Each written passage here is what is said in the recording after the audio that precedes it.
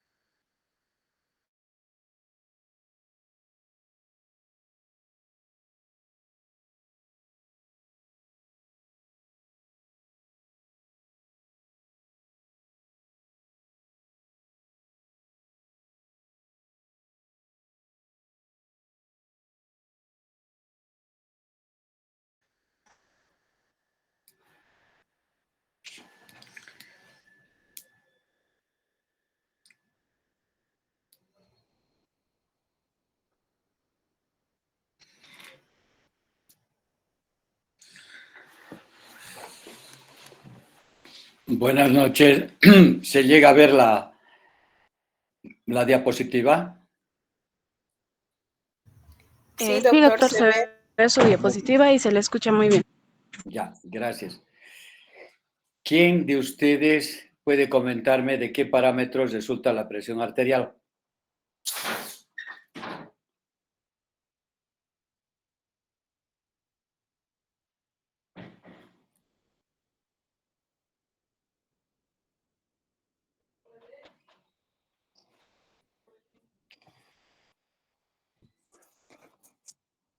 ¿De qué parámetros resulta la presión arterial?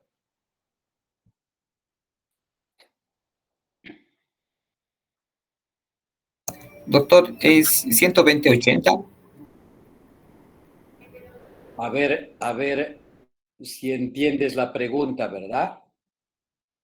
No les he preguntado cuál es la presión normal.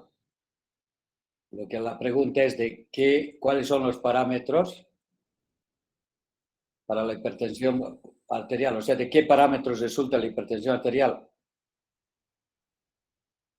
¿O por qué está dada la presión arterial? Gasto cardíaco,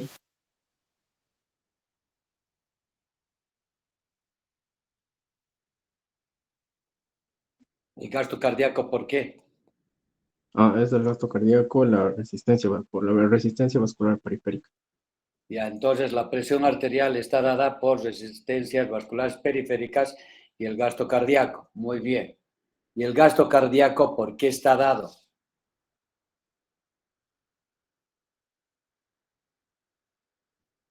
Por la cantidad de sangre que el corazón bombea por minuto. Por la frecuencia cardíaca, por Volumen sistólico. volumen sistólico. Si tienen el concepto van a poder entender por qué los medicamentos se da y para qué se da. Pero si ustedes no se han olvidado, entonces, pues, oiga, le doy esto y por qué y para qué, pues si no sé. Entonces, la presión arterial se define como qué, como, la presión arterial está dada por resistencias vasculares periféricas y el gasto cardíaco. Y el gasto cardíaco está dado por la frecuencia cardíaca y volumen latido minuto, volumen sistólico. Muy bien. Entonces, vamos a ver lo que es la hipertensión arterial sistémica. Vean acá por qué tienen que saber ustedes todo lo relacionado a la hipertensión arterial. Debe ser uno de los factores para evitar eventos vasculares cerebrales. ¿Ya?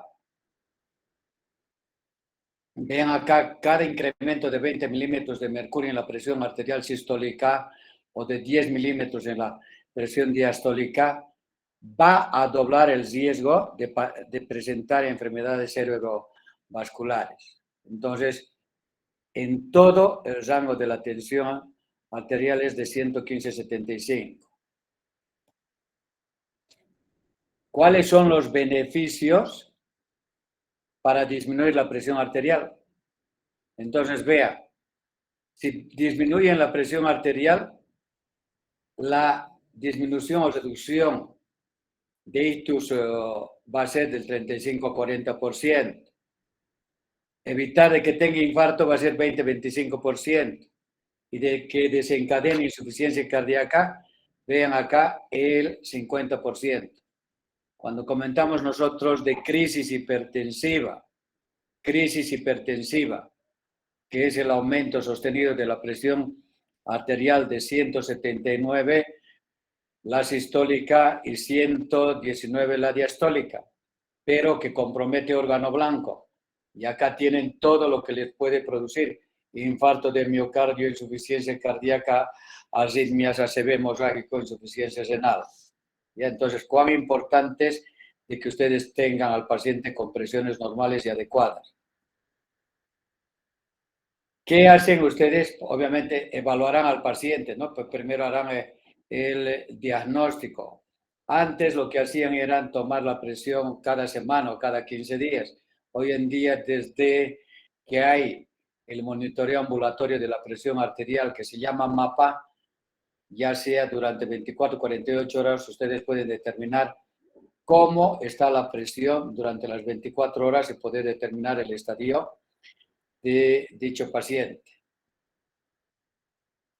Para evaluar el paciente con hipertensión arterial, ¿qué tienen que hacer? Un buen interrogatorio, hacer el examen físico y pedir exámenes complementarios. ¿Qué conlleva la hipertensión arterial? ¿Cuáles son los factores de riesgo? Aparte de la hipertensión, si el paciente fuma, si el paciente es obeso, vida sedentaria, dislipidemia, ¿qué es lo que va a tener? Infarto agudo de miocardio. Más, si tiene diabetes, va a ser insuficiencia renal, ACVs, infartos. O en el laboratorio ustedes van a encontrar microalbuminuria. Van a decir, bueno, pues paciente que no está haciendo control correspondiente. O pueden tener ustedes antecedentes de enfermedades familiares de cardiovasculares prematuras, ¿ya? Entonces vean todos los factores de riesgo cardiovascular que conlleva la hipertensión arterial. Y el de acá, lo que van a utilizar hoy en día, obviamente es su tensiómetro, pero ya no hay el estudio de cada semana, ustedes vayan tomándolo, sino que pueden pedir el estudio de MAPA, monitoreo ambulatorio de la presión arterial. ¿Ya? Acá lo tiene. En consulta, 2 tomas de 5 minutos de diferencia, sentado con cifras altas, confirmar en el brazo contralateral. ¿Ya? Ahora hay la hipertensión de la bata blanca, que sin ser hipertenso va y pues ve al médico y pues el otro comienza a liberar catecolaminas y se eleva la presión arterial. Entonces, hoy en día tienen el estudio que se llama MAPA. ¿Cuál es la clasificación de la presión arterial? Normal va a ser menos de 120, menos de 80. Prehipertensión de 120 a 139 la sistólica y la diastólica de 80 a 89. La hipertensión estadio 1, la sistólica de 140 a 159 y la diastólica de 90 a 99. Y la hipertensión estadio 2 va a ser más de 160 la sistólica y mayor de 100 la diastólica. Ahora, ¿cuáles son la etiología o causas por las cuales va a tener hipertensión arterial el paciente? Pacientes obesos que van a desarrollar posteriormente apneas, lo que llaman SAOS. Van a ser pacientes que van a tener hipertensión arterial inducida por fármacos, pacientes que tienen enfermedad renal crónica independientemente de la etiología, pacientes con aldosteronismo primario o secundario, pacientes con enfermedad renovascular,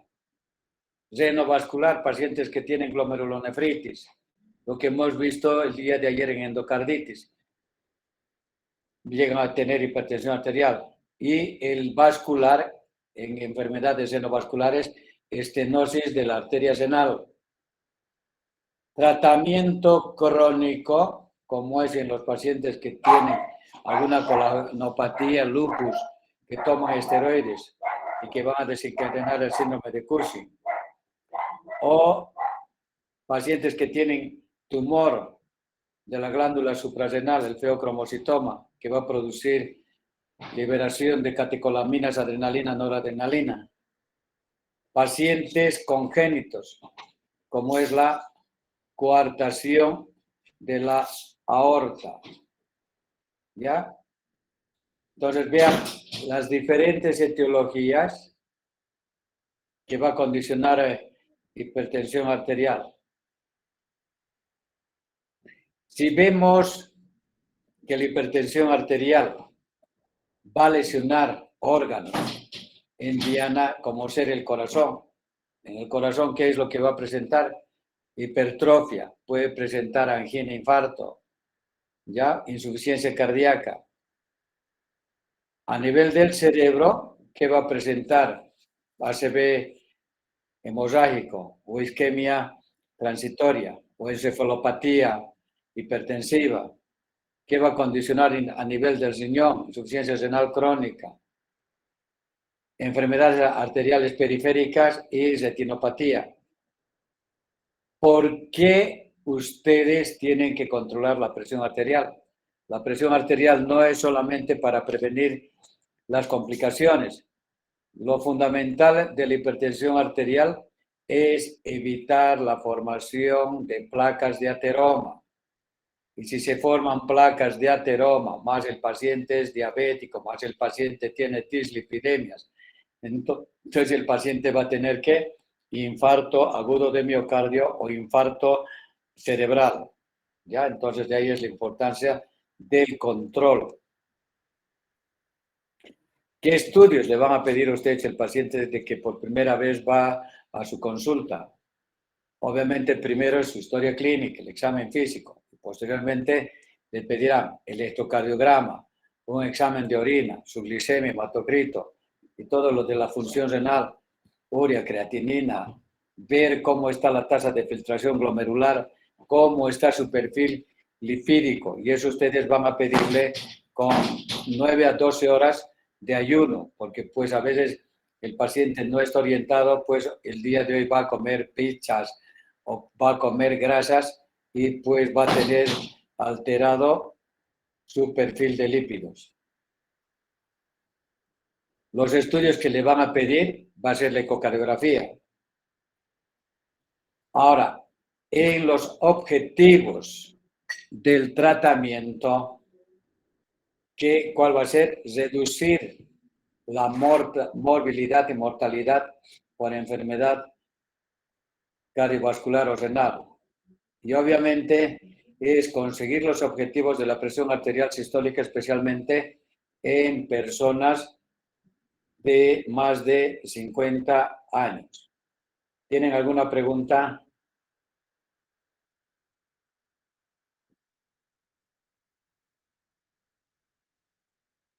Por el momento creo que no, doctor. ¿Perdón? Creo que por el momento no, doctor. Ya, muy bien. Entonces, cuando vaya el paciente a su consultorio, ustedes ya no estén ahí de tomarle la presión. Claro, obviamente llega al consultorio y le tomarán la presión, ¿verdad? Pero no contentos, ustedes que tengan Protexis 130-90, la próxima 140-90, y estén viendo de qué es o no hipertenso. Entonces tienen ustedes ahí la alternativa. Obviamente esto es permitido acá, obviamente, en la ciudad, porque no creo que haya en provincia para que le hagan ustedes mapa. En la provincia, o sea, obviamente solamente tienen ustedes su tensiómetro y estetoscopio y nada más. Y obviamente tienen su electrocardiograma que verán pues si tiene hipertrofia del ventrículo izquierdo o por ecocardiografía hipertrofia del VI, ¿no? Muy bien. Ahora bien, ¿Cómo van a hacer ustedes el tratamiento? Tienen acá modificación del estilo de vida. Vamos a entrar ahora al tratamiento de la hipertensión arterial, ¿ya?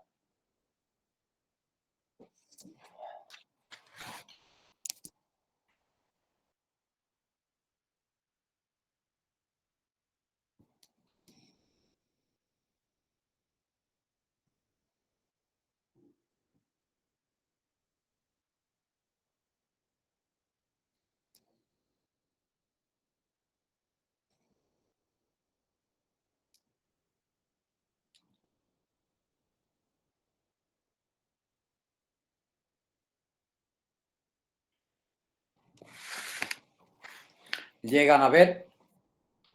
Sí, doctor. Entonces, la parte general, la etiología, el diagnóstico, complicaciones, factores de riesgo para que lleguen a tener infarto, todo lo que les he dado, ¿ya? Muy bien.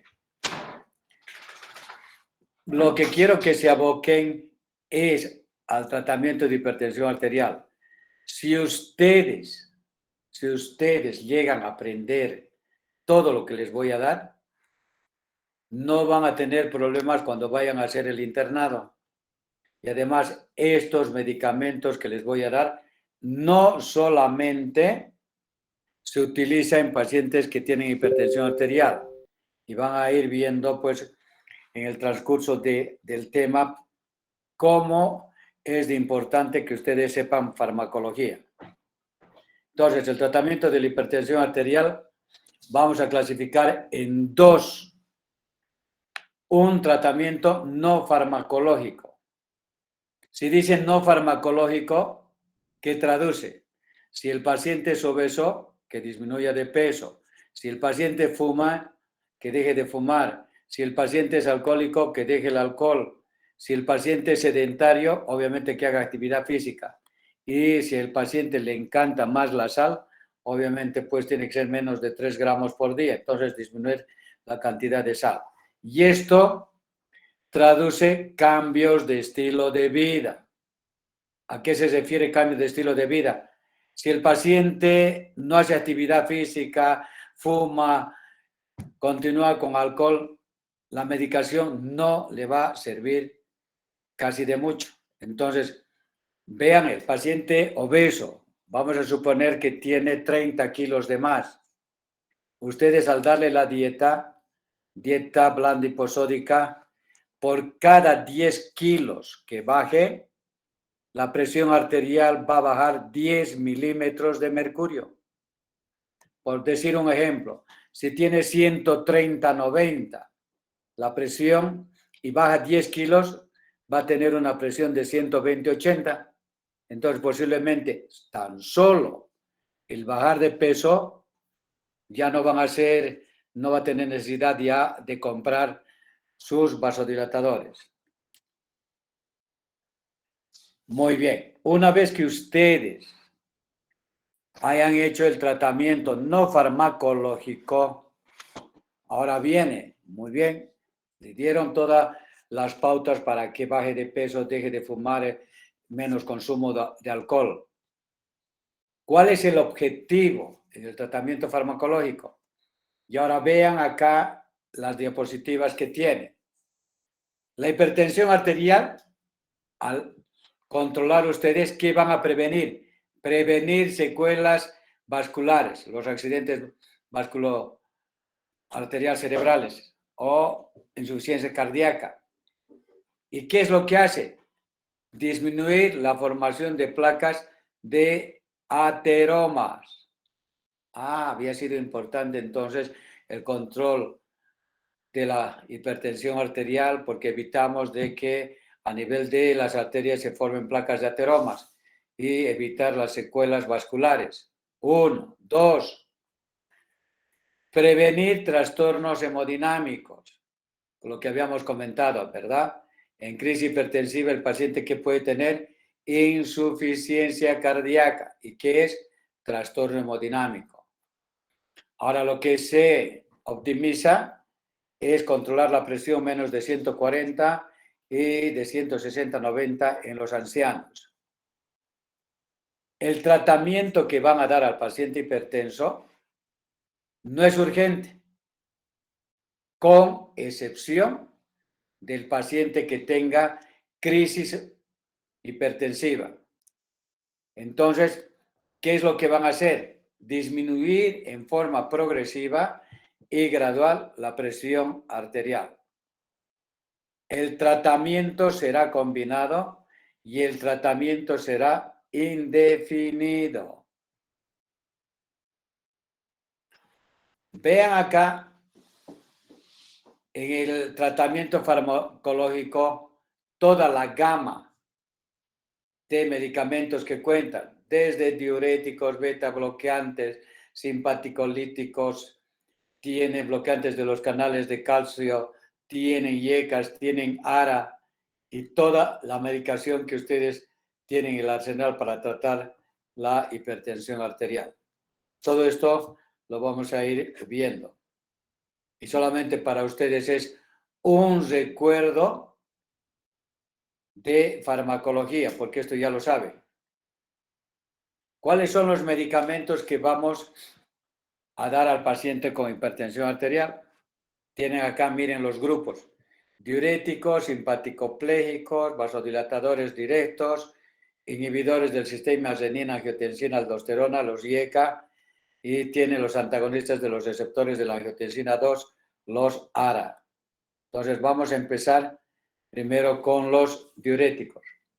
Haciéndoles recuerdo a ustedes, la clasificación de los diuréticos se dividen en 3 grupos. Los diuréticos tiazidas, 1, 2, los diuréticos ahorradores de potasio y los diuréticos de asa. ¿Cómo actúan los diuréticos? ¿Cuál es el efecto? Disminuyen el volumen plasmático. 1. Disminuyen la resistencia periférica. Recordando de qué parámetros está dado la presión arterial, decíamos nosotros de la hipertensión arterial, que es aumento de las resistencias vasculares periféricas. Y ahora vean acá, ¿para qué le das el medicamento? ¿Cuál es el objetivo en el tratamiento de la hipertensión arterial? El objetivo es disminuir la resistencia vascular periférica. ¿Qué quiere decir? Está en vasoconstricción, ¿y qué es lo que le van a dar? Vasodilatadores, ¿verdad? Que son los antihipertensivos. Vean, tan fáciles. Ahora bien, los diuréticos utilizan porque inhiben la retención de sodio. Pacientes que tienen drogas simpaticopléjicas, pacientes con beta bloqueantes, calcio antagonistas, van a retener sodio. Al retener sodio van a condicionar edema. Entonces, de ahí es que en los objetivos de tratamiento farmacológico decía combinado. Diurético con beta bloqueante, diurético con calcio antagonista, diurético con vasodilatadores arteriales. ¿Cuáles son los que conocen ustedes en los tiazidas? El más común es la hidroclorotiazida, que viene de 25 a 100 miligramos cada día. No pueden pasar más esta dosis, ¿ya? Entonces, esa es la dosis que se puede dar al paciente. Cuando dan ustedes un medicamento, tendrán que saber cuáles son los efectos colaterales de dicho medicamento.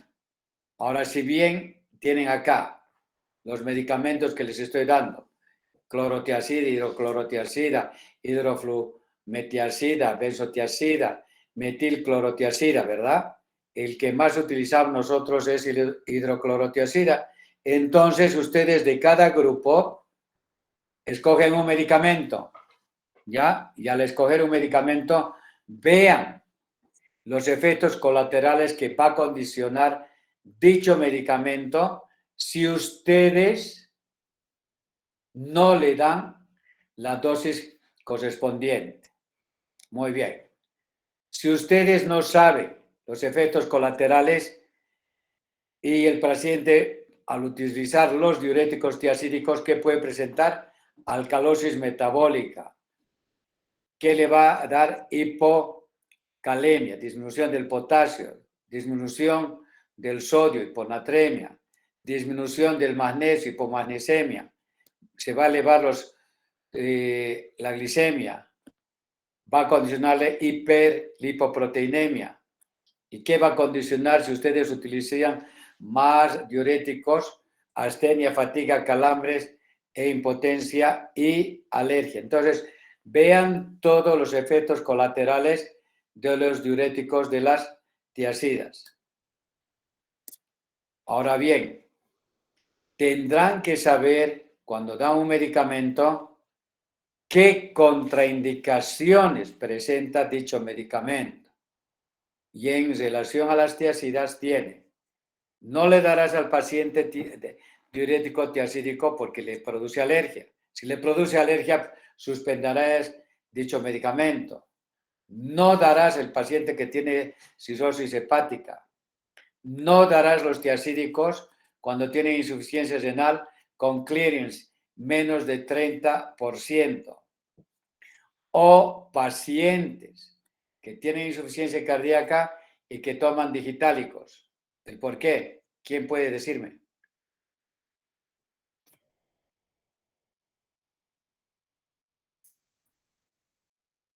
¿Por qué?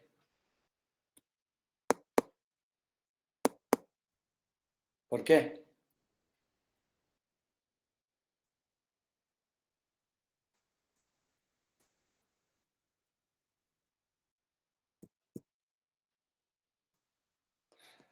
¿Quién puede comentar? Podría ser porque el digitálico es un ionotrópico positivo. Ya, pero ¿en qué estamos? Por la hipopotasemia. ¿Qué medicamento estamos llevando? ¿Qué medicamento se ha recetado al paciente? Hidroclorotiazida. Ya.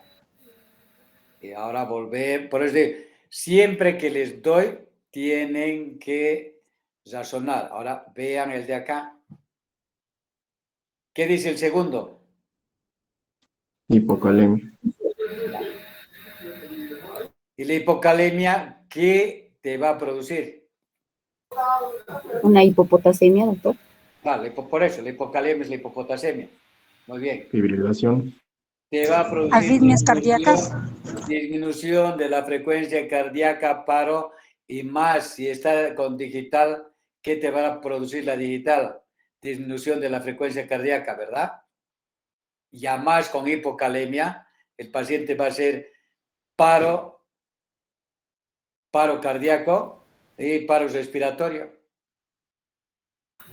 Vean cómo, lo que les digo, solamente es un repaso de farmacología y tienen que ustedes saber el medicamento que es lo más inocuo para el paciente. Entonces acá, tiene insuficiencia cardíaca, pero le estoy dando diuréticos tiazídicos y tiene hipocalemia. Tendré que corregir la hipocalemia y tendré que mejorar su insuficiencia cardíaca. Entonces tendré mucho cuidado y le pediré pues ionograma al paciente, ¿verdad? ¿Cuáles son los análogos de los tiazidas? Tiene la clortalidona, metolazona y la indapamina. La indapamina, igual que la amilorida, a más de ser diuréticos, son vasodilatadores. Escuchen bien, a más de ser diuréticos, son vasodilatadores. ¿Cuál es el segundo diurético que utilizan? O sea, cuando utilizan ustedes medicamentos para hipertensión arterial, donde vayan, siempre inician con diuréticos. ¿Y cuáles son los diuréticos que utilizan? Son los diuréticos tiazídicos. Muy bien. Ahora tenemos el segundo grupo, los diuréticos de ASA. ¿Cuál es el que utilizan? La furosemida y la torsemida. Ya son los dos medicamentos que van a utilizar. Muy bien. ¿Cuándo ustedes van a utilizar? Pacientes que tengan crisis o emergencia hipertensiva. ¿La crisis y emergencia es lo mismo o es diferente?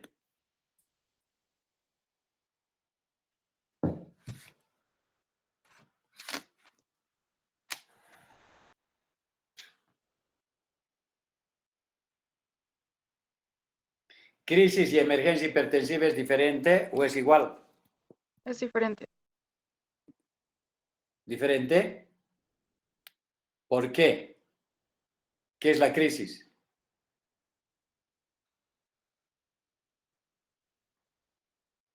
La crisis es el aumento abrupto de la presión mayor a 180 sobre 140, 120.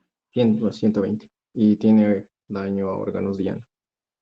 Ya. ¿Y es igual o es diferente? Y entonces te pregunto a ti, ¿qué es urgencia? La urgencia es también el aumento abrupto de la presión sin daño a órganos diana. Ya, entonces que puede demorar, no te digo que vas a dejar de darle el tratamiento, pero ustedes tienen acá alternativa de que cuando tienen crisis hipertensiva, o sea, ya saben qué es lo que van a dar, ¿verdad? Van a darle furosemida endovenoso. ¿Cuándo más les vas a dar? Cuando están en estados comatosos o pacientes que tienen daño renal y el clearance de creatinina sea menos del 30%. En cambio, en los diuréticos tiazídicos está contraindicado cuando el clearance de creatinina es menos del 30%. O sea, tienes otra alternativa para utilizar otro tipo de diurético. Ahora bien, vean, todos estos diuréticos de ASA van a ser asociados cuando los medicamentos que des se produzcan retención de sodio y agua. ¿Ya? Escuchen bien. Todos los medicamentos, los vasodilatadores que produzcan retención de sodio y agua, van a ser combinados con diuréticos. ¿Está claro? Sí, doctor. Muy bien. De nuevo, están dando ustedes diuréticos de ASA. Y se preguntarán de nuevo, ¿cuáles son los efectos secundarios? Nuevamente, alcalosis metabólica, hipomagnesemia. Se utiliza mucho diurético que van a condicionar deshidratación. Ah, doctor, ahora ya veo los pacientes con insuficiencia cardíaca que toman mucho diurético de ASA que eran sordos por lesión del octavo par. Puede condicionar alergias y puede condicionar hipocalemias, o sea, pérdida de potasio, igual que los diuréticos tiazídicos.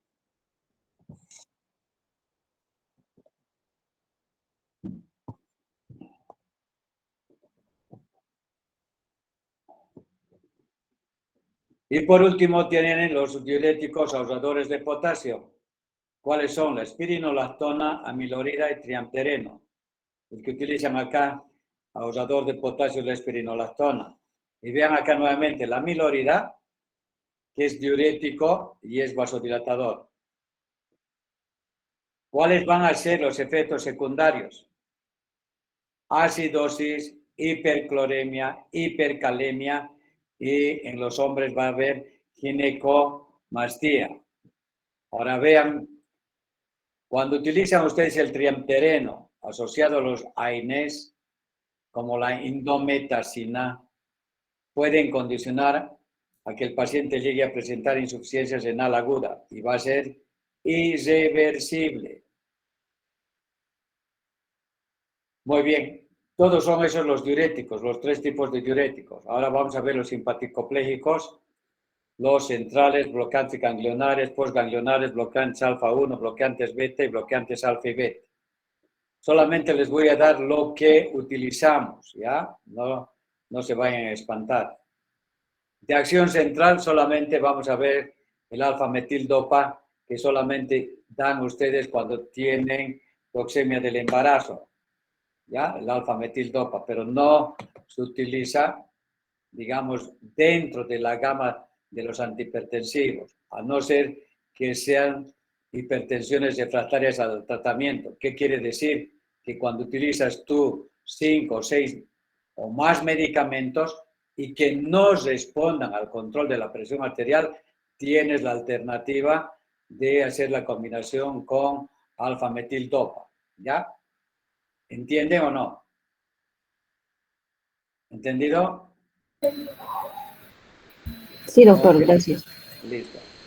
La metildopa y la reserpina casi no se utiliza porque produce estados de depresión y en algunos casos intentos de suicidio, ¿ya? Entonces vamos a pasar esto, les doy, no hay estos medicamentos en nuestro medio, ¿ya? Entonces, pues, vemos los de medicamentos simpático-plégicos de acción periférica, reserpina, guanidrel y guanetidina tampoco los tienen, pero se los pongo acá, ¿ya? Entonces eso pues tampoco van a ver. Ahora sí, entramos a los bloqueantes alfa-1, que esto hay. La toxazosina, prazosina, terazosina, pinacidil y cromacalina. Son bloqueantes alfa-1 a nivel de las arteriolas y venas. Producen dilatación arterial y venosa, o sea, son vasodilatadores mixtos, arterial y venoso. ¿Cuál es su acción? Disminuye la presión arterial en posición de pie que de supino, o sea, se para y más le baja la presión que estar de cúbito. ¿Cuál es el efecto colateral? Producen taquicardias refleja, palpitaciones de angina. Y vean ahora, los bloqueantes alfa-1 producen retención de sodio y agua, ¿verdad? Entonces, ¿con qué medicamento tiene que ser combinado si ustedes dan los bloqueantes alfa-1? Furosemida. Con un diurético, ¿no? Muy bien. Y produce síncope en la primera dosis, mareo, cefaleas y lasitud y produce eyaculación retrógrada. ¿Ya? Los bloqueantes alfa-1 utilizan en hiperplasia prostática. ¿Ya? ¿Alguien puede decirme qué es la eyaculación retrógrada? Porque obviamente el paciente que toma estos medicamentos les va a comentar a ustedes, doctor, mire, tengo esta sintomatología o me siento que pues no eyaculo y demás cosas. Ya uno piensa que ya anda mal. ¿Saben? Es una condición en la que el semen, en lugar de salir a través de la uretra durante la eyaculación, retrocede hacia la vejiga, doctor. Perfecto. Eso es la eyaculación retrógrada. ¿Ya? Entonces ya saben. Entonces, cuando ustedes le den el medicamento pues a su paciente, entonces tendrán que comentarle muy bien. Va a tener cuidado de que pues ya no va a tener eyaculación por la uretra, sino que pues va a ser directamente, va a vaciarse a la vejiga. Muy bien. Ahora bien, todo lo que les estoy dando es farmacología, o sea, pues es un repaso farmacológico, o sea, esto no es nuevo para ustedes. Vean acá los bloqueantes adrenérgicos beta, beta 1 y beta 2. ¿Cuáles conocen ustedes? El propanolol. Tienen el beta 1, tienen el atenolol, metoprolol, tienen los agonistas parciales, indolol, acebutol, pentabutol, celiprolol, y tienen los alfa, beta, tienen carvedilol, labetalol. Entonces vean los beta bloqueantes, todo lo que pueden utilizar ustedes. Muy bien.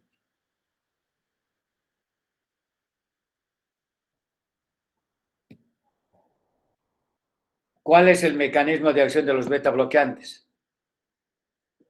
Disminuyen el débito cardíaco, disminuyen la renina, tienen una acción simpático-pléjica central, no producen hipotensión ortostática, aumenta los triglicéridos, disminuye los HDLs y producen insomnio, lasitud, pesadillas, depresión y síndrome de supresión. ¿Cuándo no le van a dar a ustedes beta bloqueantes? Cuando tienen bradicardia o bloqueos de ACV, ¿ya? O que tengan insuficiencia cardíaca, o pacientes que tengan asma, o pacientes con diabetes.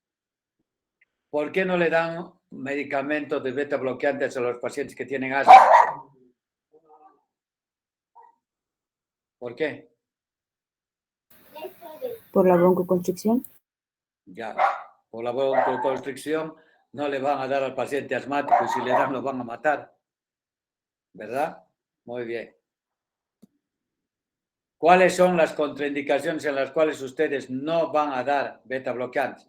Pacientes que tienen asma, que tienen enfermedad pulmonar obstructiva crónica, pacientes que tienen vasculopatías, pacientes con insuficiencia cardíaca, pacientes que tienen bloqueo AB cardíaco o pacientes que tienen bradicardia y que tengan sintomatología. Ya han visto los beta bloqueantes.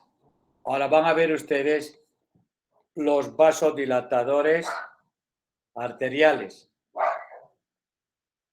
¿Cuáles conocen? La hidralazina, minoxidilo, diazóxido y el nitroprusiato de sodio. La hidralazina, ¿qué es? Un vasodilatador arterial enérgico no venoso. ¿Ya? El efecto limitado porque descarga simpática y retención de sodio. ¿Qué va a requerir la hidralazina? Un diurético. Dice, se quiere uso de diuréticos y beta bloqueantes. Va a producir como efecto colateral cefalea, enrojecimiento, sudoración, náuseas, anorexia, taquicardia, palpitaciones, anginias y arritmias. Que acá que dice, en el tercero que dice, efecto limitado por descarga simpática. Y la descarga simpática va a ser catecolaminas, ¿verdad?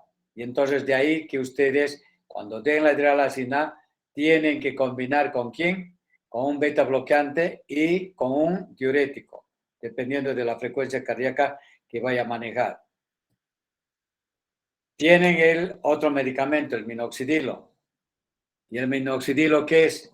Un vasodilatador arterial, el cual se usa en hipertensión arterial severa. ¿Qué produce el minoxidilo? Retención de sodio y agua. Y requiere uso simultáneo, igual que el anterior. Darles beta bloqueantes y diuréticos de ASA. Con el minoxidilo va a aumentar de peso y es lo que sale la hipertricosis. Hay, para los que son medio calvos, entonces les dan ungüentos de minoxidilo. Y el diazóxido es un tiazida sin efecto diurético. Abre los canales de potasio en el músculo liso. Es un vasodilatador de tipo arterial, no venoso. El efecto es rápido, a los 15 minutos y dura 12 a 24 horas. Se une a una proteína en el 90% y la administración es en bolo. Ahora, el medicamento es el diazóxido. Obviamente tienen que tener mucho cuidado. Produce hipotensión, taquicardia, puede producir angina, arritmias, infarto agudo de miocardio por la hipotensión o accidentes vasculares cerebrales.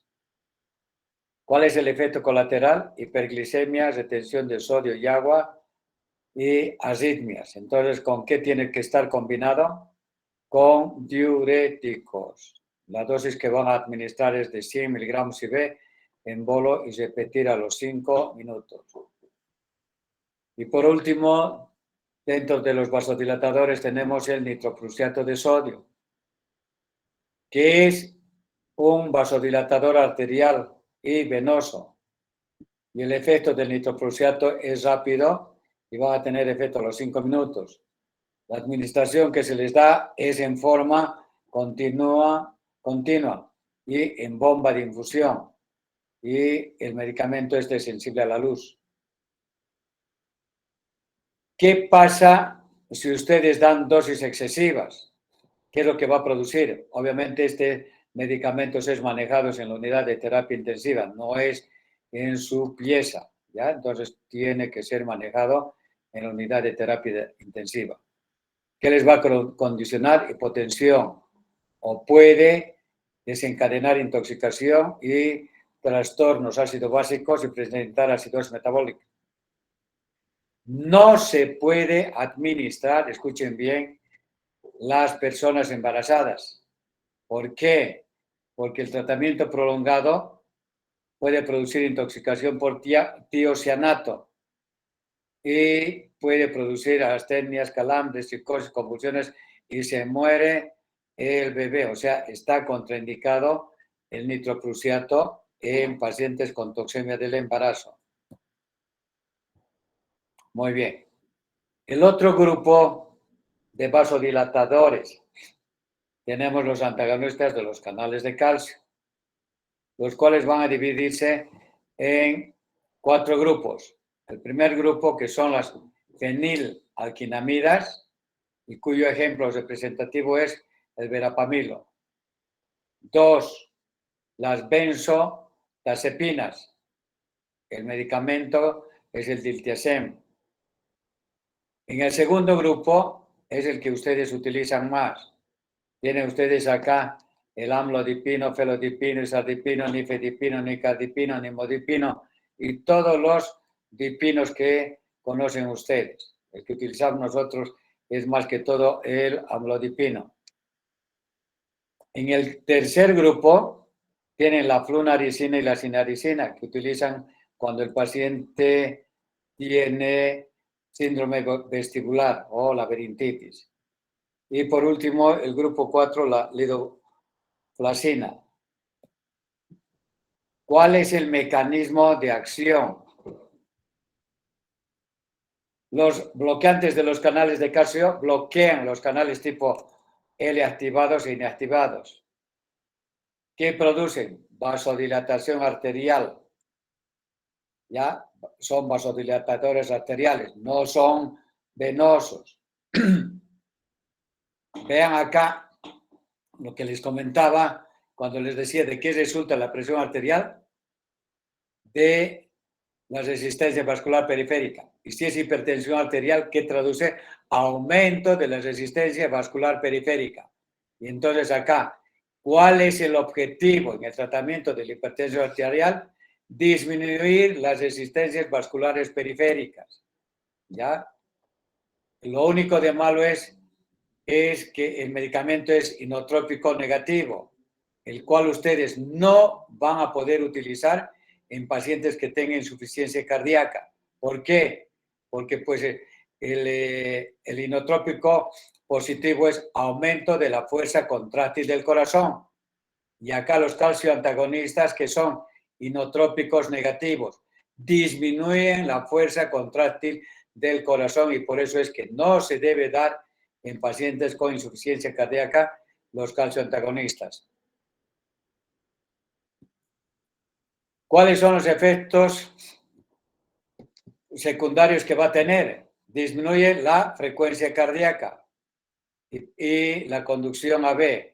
Entonces ustedes pueden condicionar bradicardias y bloqueos AB.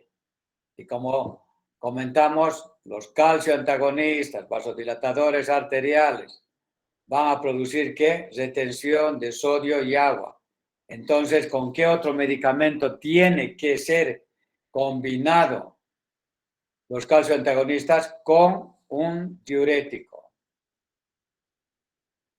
Tienen ustedes acá el grupo de los IECA, inhibidores de la enzima convertidora de la angiotensina. Vean acá y pues hay más de 10 más. ¿Cuál es el mecanismo de acción? Disminuyen la angiotensina 1 y producen vasodilatación arterial y venosa. Disminuye la aldosterona, disminuyen la volemia, aumentan las bradiquininas o bradicininas, producen insuficiencia renal aguda. ¿Cuál es el efecto colateral? Tos, sibilancias, edema angineurótico, disgeusia, pérdida del gusto, proteinuria y pancitopenia. Puede condicionar hipotensión, anuria e insuficiencia renal en el feto. Cuando administran ustedes o recetan los IECA, por efecto y liberación de las bradiquininas, el paciente puede quejarse de tos. Y la tos es similar a la coqueluche, ¿ya? La tos. Si ustedes ven que la tos se acentúa, entonces tienen que cambiar la medicación, ¿ya? Entonces va a decir, doctor, mire, pues ya de hace un mes que estoy con tos, ¿qué medicamento toma?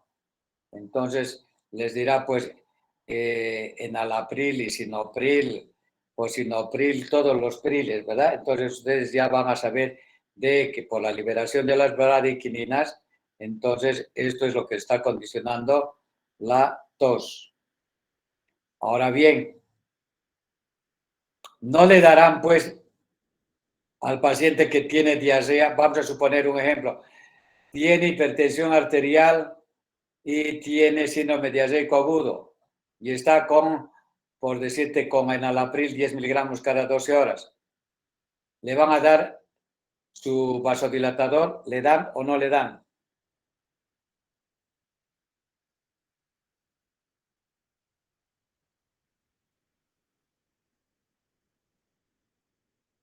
¿Le dan o no le dan?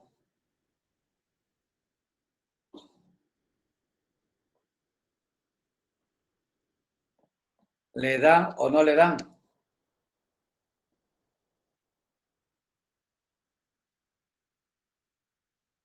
¿Se fueron?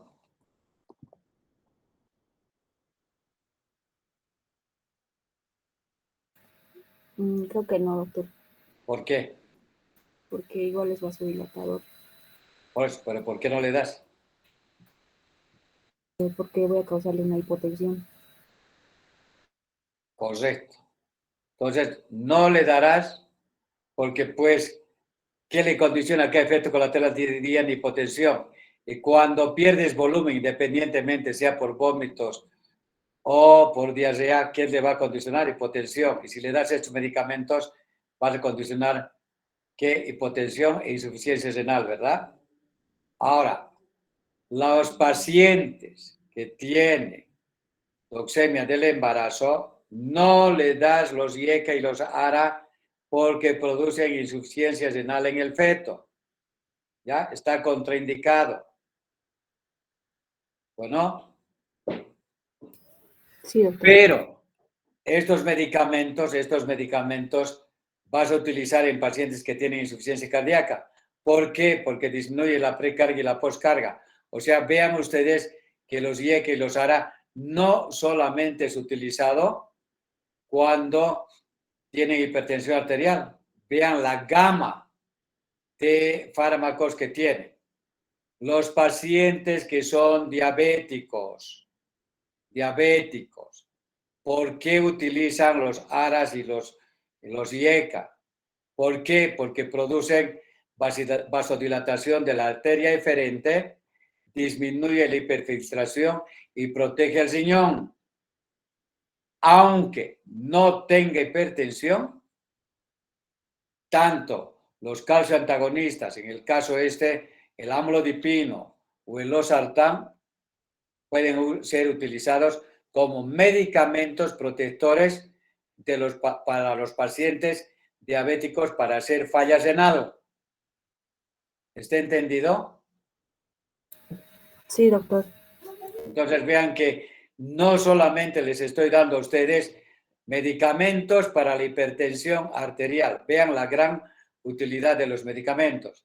Pacientes que tienen cardiomiopatía dilatada tienen los IECA y los ARA y los últimos medicamentos, ¿no? La dapaglifosina que utilizan para la diabetes o los otros medicamentos que utilizan, ¿no?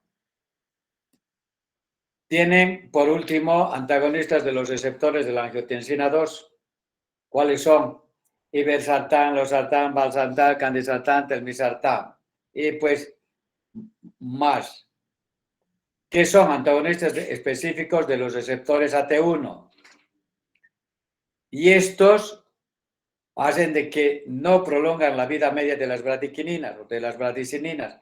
De ahí que los ARA no les va a producir el efecto de la tos, como si fuera tos de tipo de la coqueluche. Y no producen efectos colaterales de los IECAs como la tos. ¿Ya? Entonces, todos estos medicamentos son utilizados en los pacientes que tienen hipertensión arterial, pero están viendo que no solamente es utilizado en los pacientes con hipertensión arterial. Pacientes que tienen cardiopatía isquémica, los IEC y los ARA utilizan para la remodelación miocárdica. Pacientes diabéticos utilizan para evitar el daño renal. Pacientes que tienen insuficiencias mitrales, tricuspidias y todo lo que es insuficiencia, para disminuir la precarga y la postcarga, utilizan los IEC y los ARA. Vean que no solamente estos medicamentos son utilizados en la hipertensión arterial, tienen una gama de uso. Por eso les digo, esto es un repaso y recordatorio de ustedes de lo que es farmacología. Y si ustedes llegan a aprender todo este tratamiento antihipertensivo, cuando vayan a hacer su internado, ya les falta poco, un año, 2 años, van a estar ustedes expertos y van a saber ya, ¿por qué le doy esto? ¿Por qué no le doy el otro? Ya sé por qué, qué efectos colaterales y todo esto van a saber. Y acá vean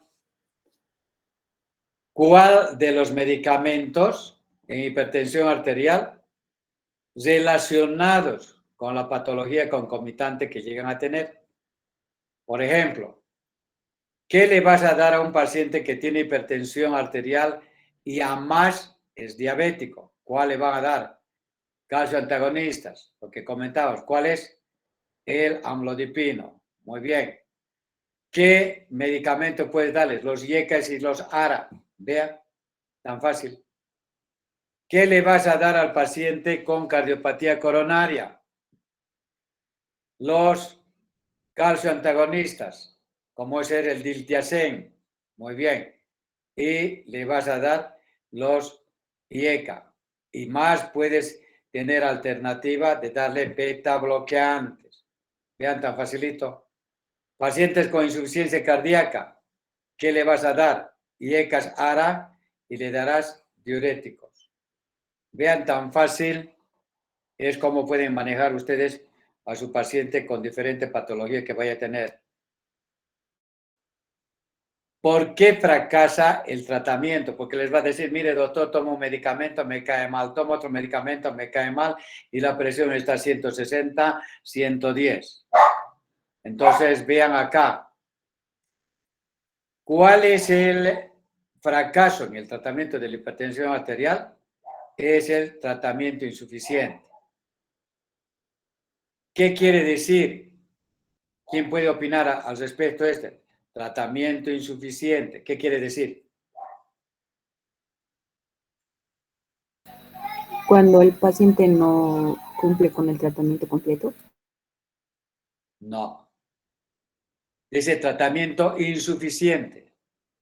El otro es que no cumple, ¿no ve? Tal vez, doctor, quiera decir que el tratamiento no abarca todo lo que debería abarcar, entonces no le ayuda al paciente como debería realmente, o no está completo, digamos. Otra opinión. Dice tratamiento insuficiente, ¿no ve? ¿Dosis insuficiente? Ya. Lo que se refiere acá a tratamiento insuficiente, les voy a dar un ejemplo. ¿Ya? Que estás recibiendo, por decirte, 25 miligramos de hidroclorotiazida. ¿Ya? El losartán viene de 50. 25 miligramitos de losartán. ¿Ya? Entonces le das el tratamiento y ves que el tratamiento en cuanto a la dosis es insuficiente.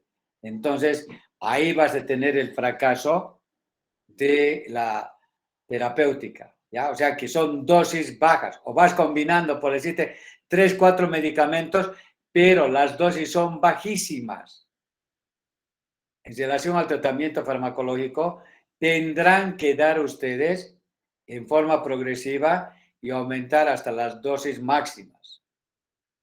Hoy en día, para evitar este tratamiento insuficiente, es que hay píldoras combinadas, hay con 2 medicamentos, con 3 medicamentos y con 4 medicamentos, que es lo ideal, o sea, una sola toma, pero tienes 4 medicamentos, ¿ya? Entonces, en lugar de estar tomando uno cada 8 horas, el otro cada 6 horas y demás, hoy en día se estipula de que un solo medicamento tenga 2 o 3 más medicamentos, cosa que no se olvide y ustedes puedan dosificar al paciente. ¿Está bien?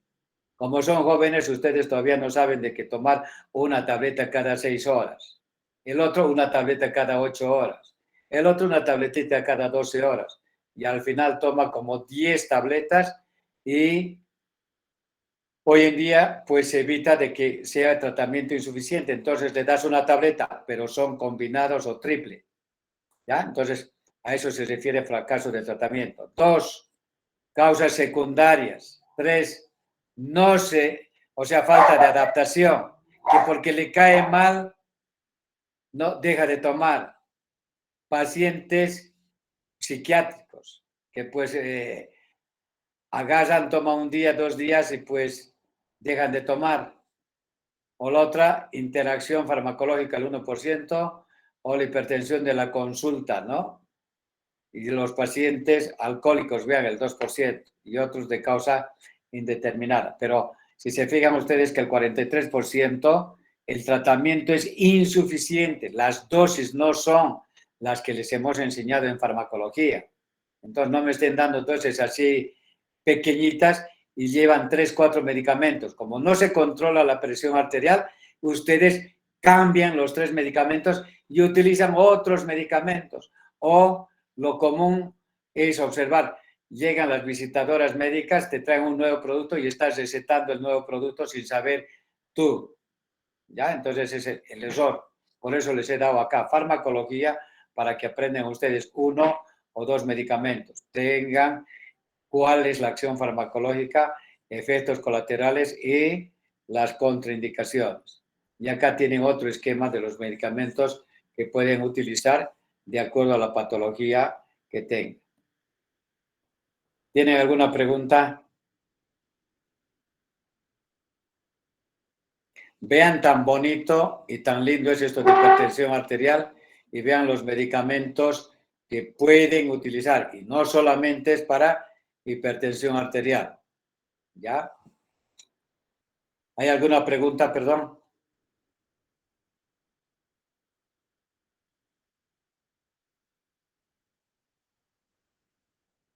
¿Tienen alguna pregunta?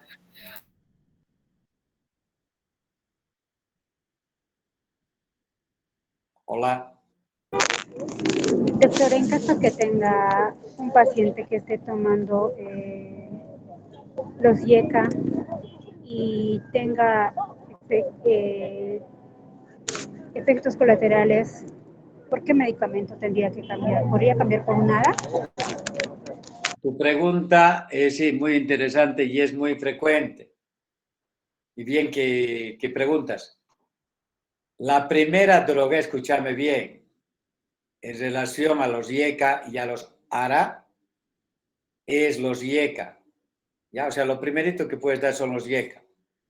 Si ves que el paciente tiene efecto colateral, como son la liberación de las bradiquininas y que te va a condicionar tos, cambias por los ARA, porque actúan igual sobre la precarga, son vasodilatadores mixtos arterial y venoso, igual que los IECA, ¿ya? Con esa excepción de que no te van a producir tos. ¿Ya? Entonces, siempre empiecen por IECAs y si tienen efecto colateral, bueno, pero acá es la moda, ¿no? ¿Ve? Al comienzo utilizaban nosotros el enalapril, lisinopril, fopril y todo, ¿no ve? En cambio, hoy día ya han aparecido los ARA, entonces ya no están utilizando los IECA, entonces utilizan más que todos los ARAs, que valsartán, telmisartán, olmesartán, losartán y todo esto. Muy buena tu pregunta. ¿Alguna pregunta más?